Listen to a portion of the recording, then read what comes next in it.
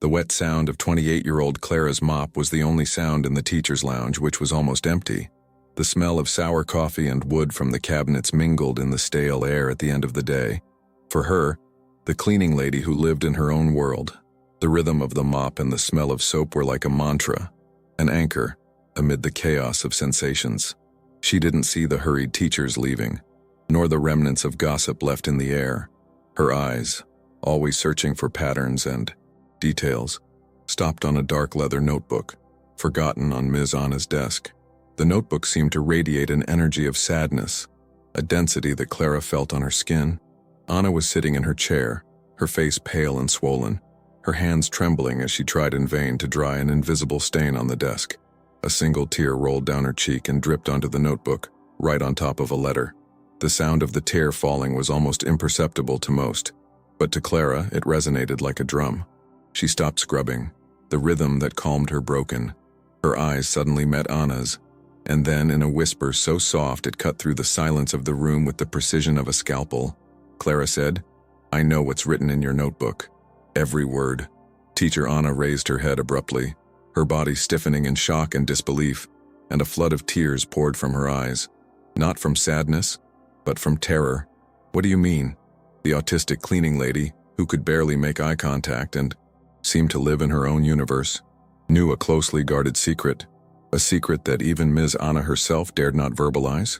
In the small room she rented at the back of the school, a refuge of light-colored walls and almost complete silence, Clara sought the peace that the outside world denied her. She turned on her tape recorder, an old device that seemed like a faithful friend, and spoke to herself, her words echoing in a space that was hers alone, a silent confessional for her soul. "Today, I saw Teacher Anna. She was so sad, so broken. Her notebook, I know what's in there. I saw it, I felt it. Not with my eyes, not with my hands, but the way she looked at it, the way the tear fell. I felt the weight of that sadness. It was the same look my mother had when my brother Luis got sick. The same excruciating pain, the same silent despair. I understand her pain. I feel her pain in every fiber of my being, but I can't say it. No one understands the way I understand things, the way I feel emotions, the way I see patterns. They see me as the weird cleaning lady who lives in her own world, the sick one. My parents, my parents. They tried hard. I know they did. But when I was diagnosed with autism, their world fell apart. My father, Mr. Joachim, always wanted to cure me, to normalize me, as if I were a defect to be corrected. My mother, Mrs. Beatrice, cried in secret, trying to force me to be what I am not. "Clara, look me in the eyes. Clara, answer me when I speak." I wanted to scream that I saw, that I heard, that I felt everything, just in a different way, more amplified, more profound. But the words get stuck in my throat. They just won't come out. I've always seen patterns, in sounds, colors, textures, and especially in people's emotions. It's like I have a sensor, an invisible radar that picks up what others don't see or feel. I saw Luis's sadness even before everyone knew he was dying. I felt his despair even when he couldn't speak anymore. And Ms. Anna, she's going through the same thing. But how could I explain to her that I know her secret, her deepest pain? How could I, the silent cleaning lady, the weirdo, reach her? I just wanted to help, to lighten her burden a little. I know that the pain of silence is the worst of all, the one that consumes the soul. And she is silent inside, just as I am outside, trapped in a world of words that cannot be expressed. The truth is that no one ever wanted to listen to me, but I saw hers, and I felt it, and that truth needs to be told. Clara's voice, choked with emotion, recorded the silence of her own deep understanding. After the early death of her brother Luis, victim of a rare and degenerative disease, Clara's life fell apart even more.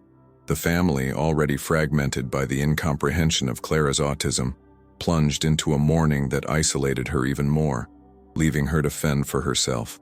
Clara's hope of being understood was stifled by clumsy attempts at help that turned out to be real traps.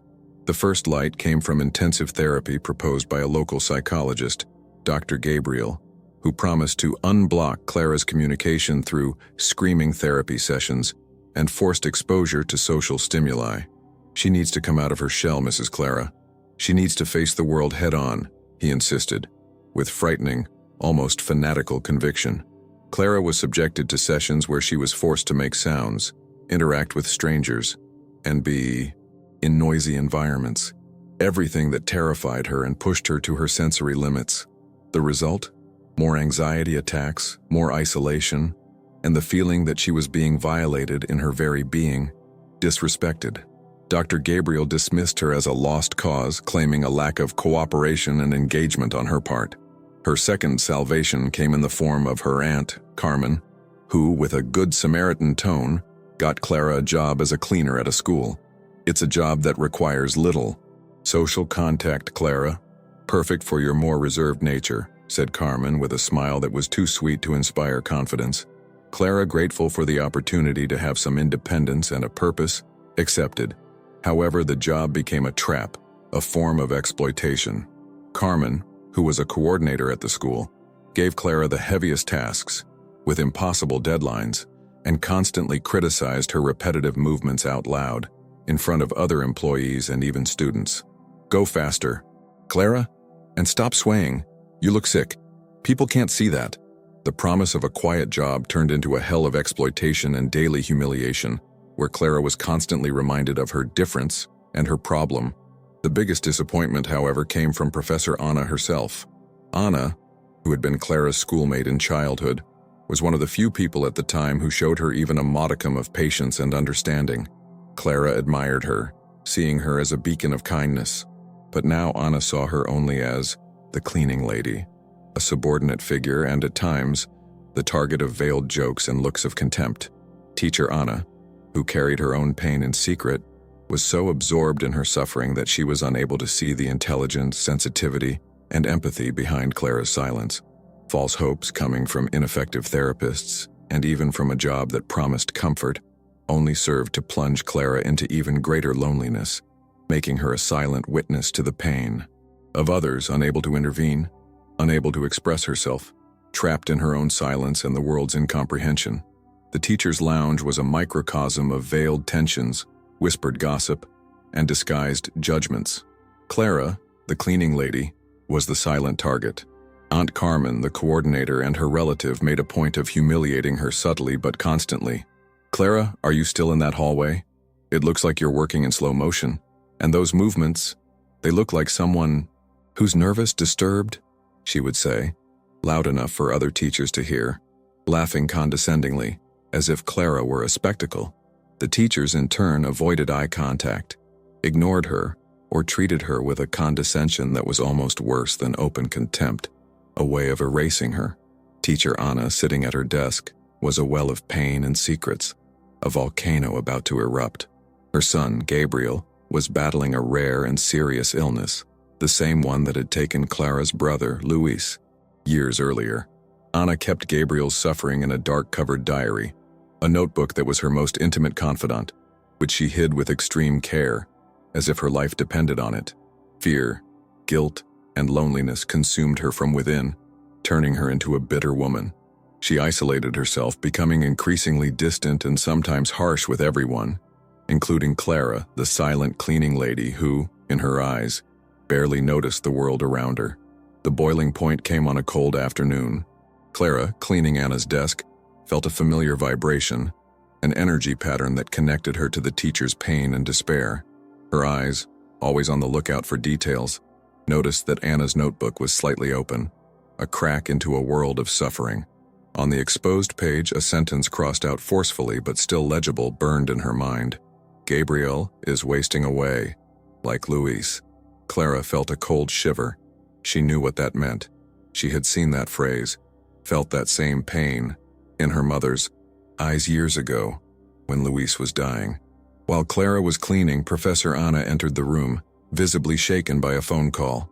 She sat down at the table, rested her head in her hands, and let out a muffled moan, which was almost a cry of pain held back.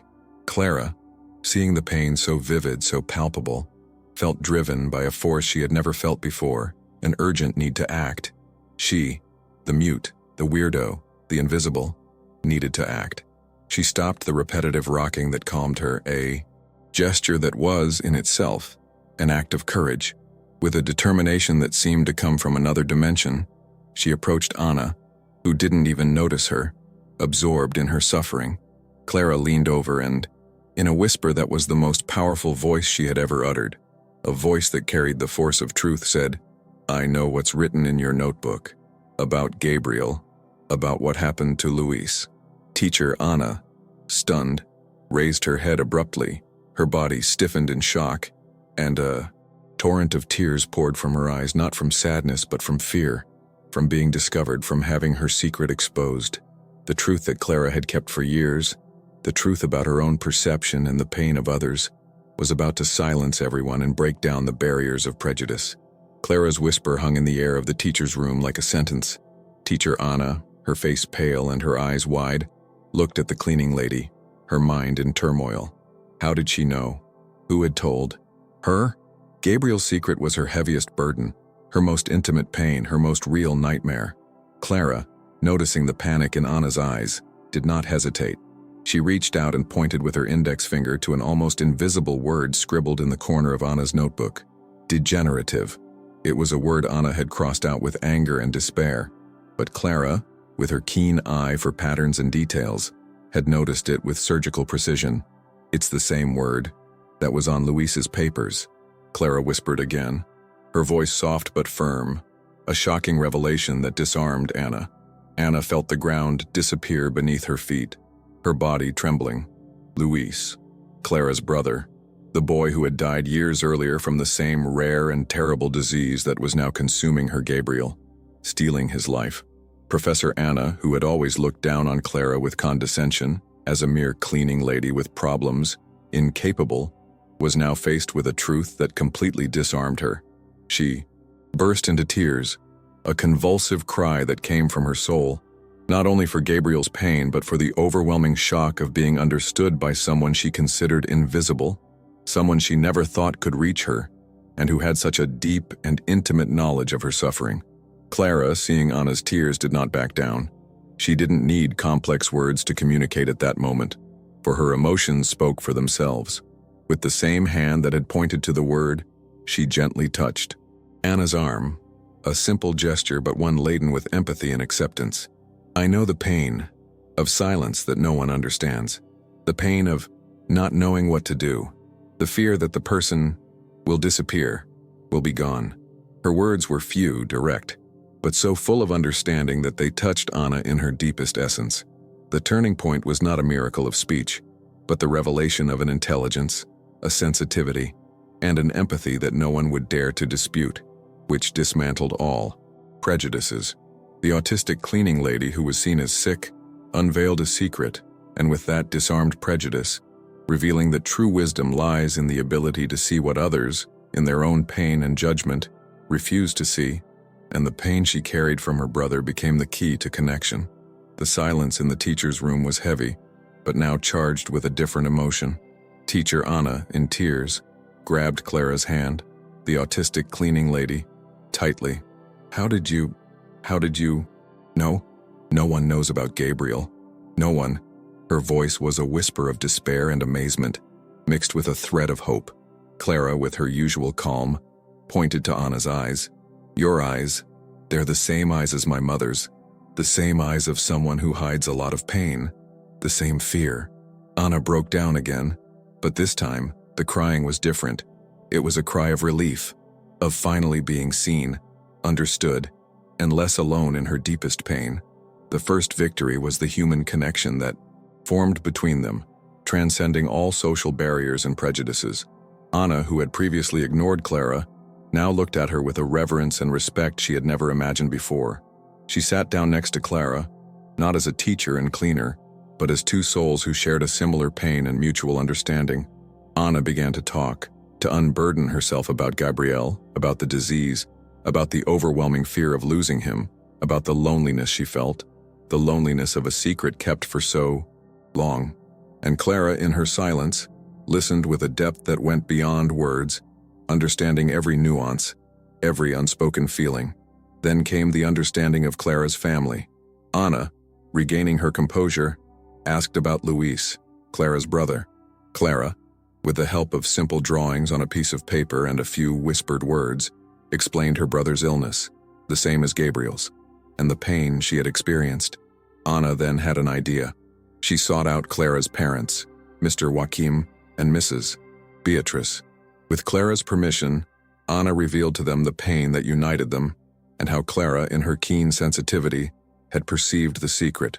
For the first time, Clara's parents saw their daughter not as a problem or a burden, but as a woman with extraordinary intelligence and empathy who had perceived a truth that even they, so close to her, had not noticed in teacher Anna.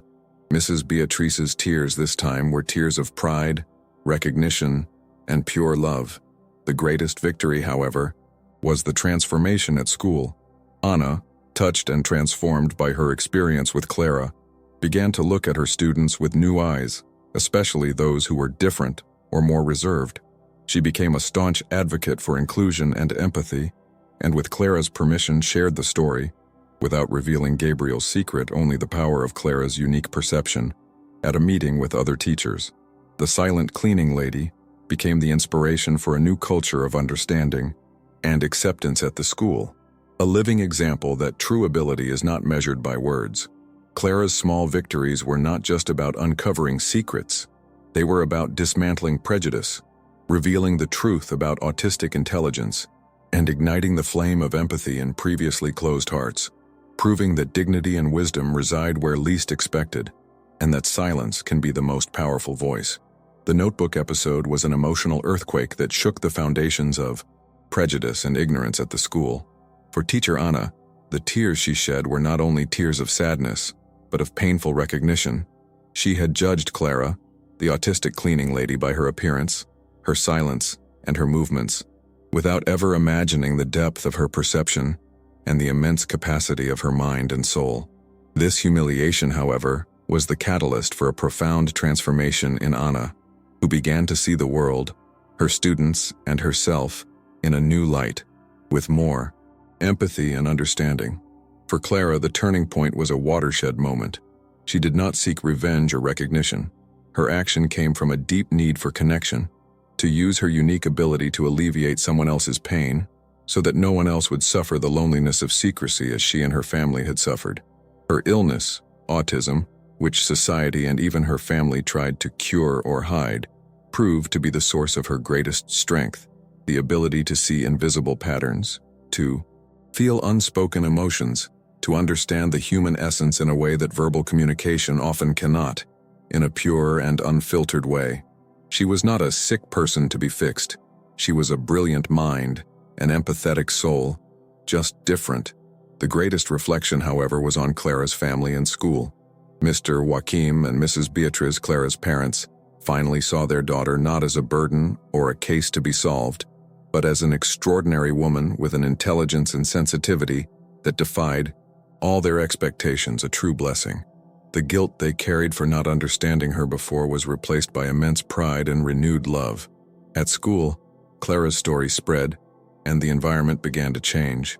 Teachers became more attentive to the needs of neurodiverse students, and bullying, once veiled, was actively combated with awareness programs.